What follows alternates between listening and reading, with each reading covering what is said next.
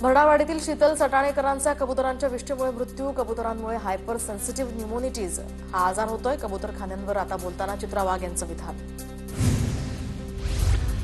भाजप आमदार मंदा म्हात्रे आणि वनमंत्री गणेश नाईक यांच्यातली नाराजी दूर झाल्याची चर्चा. नेरूळमधल्या ज्वेल ऑफ नवी मुंबई या ठिकाणी भगवान गौतम बुद्ध यांच्या पुतळ्याच्या अनावरण कार्यक्रमामध्ये दोन्ही नेते एकत्र. नगर मनमाड महामार्गासाठीचं खासदार निलेश लंकेंचं उपोषण मागे. रस्त्याच्या कामाला प्रत्यक्ष सुरुवात झाल्यामुळे हे उपोषण मागे घेतलं. प्रहारचे अकोल्यातील जिल्हाध्यक्ष वसू यांच्या विरोधातील आरोप सिद्ध झाले तर त्यांना पदावरून काढलं जाईल. दरम्यान शेतकऱ्यांना कुणी लुबाडत असेल तर त्याचा पक्षाशी काहीही संबंध नाही. प्रहार पक्षाचे अध्यक्ष बच्चू कडूंची प्रतिक्रिया. जेजुरीमध्ये शरद पवारांच्या राष्ट्रवादीला भाजपचा मोठा धक्का. जेजुरी नगर परिषदेच्या 13 माजी नगरसेवकांचा भाजपमध्ये प्रवेश.